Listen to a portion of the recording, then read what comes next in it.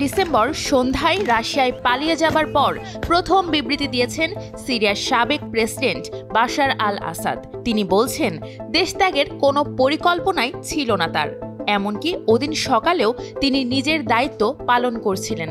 সোমবার প্রেসিডেন্টের টেলিগ্রাম চ্যানেলে এক বিবৃতি প্রকাশ করা হয়েছে, যেখানে বলা হচ্ছে বাশার নিজেই এই বক্তব্য দিয়েছেন।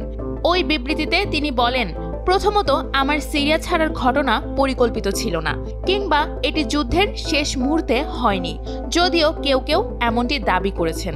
বরং আমি দামেস্কে বসেই ডিসেম্বরের ৮ তারিখ সকাল পর্যন্ত আমার দায়িত্ব পালন করেছি। বিবৃতিতে তিনি আরও বলেন, ৮ ডিসেম্বর সকালে তিনি রাশিয়ার বিমান ঘাঁটিতে গিয়েছিলেন যুদ্ধ প্রস্তুতি দেখতে, কিন্তু ঘাঁটিতে হামলা হওয়ার পর সেখান থেকে চলে যাবার কোনো উপায় না থাকায় সন্ধ্যায় তাকে রাশিয়ায় চলে যেতে অনুরোধ জানায় মস্কো। তিনি আরও বলেন, এসব ঘটনার মধ্যে কখনোই আমি পদত্যাগ বা আশ্রয় নেওয়ার কথা ভাবিনি। কোনো ব্যক্তি বা দলের পক্ষ থেকেও এমন প্রস্তাব দেওয়া হয়নি। আমার একমাত্র পথ ছিল সন্ত্রাসী হামলার বিরুদ্ধে লড়াই চালিয়ে যাওয়া।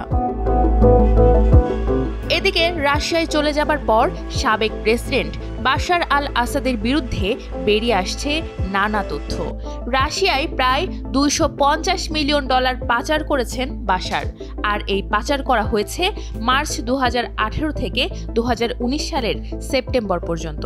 ফাইন্যান্সিয়াল টাইমসের এক প্রতিবেদনের এসব তথ্য তুলে ধরেছে ইকোনমিক টাইমস। প্রতিবেদনে বলা হয়েছে, এসব চালানে প্রায় 2 টন $100 বিল ও 500 ইউরোর নোট পাঠানো হয়েছে।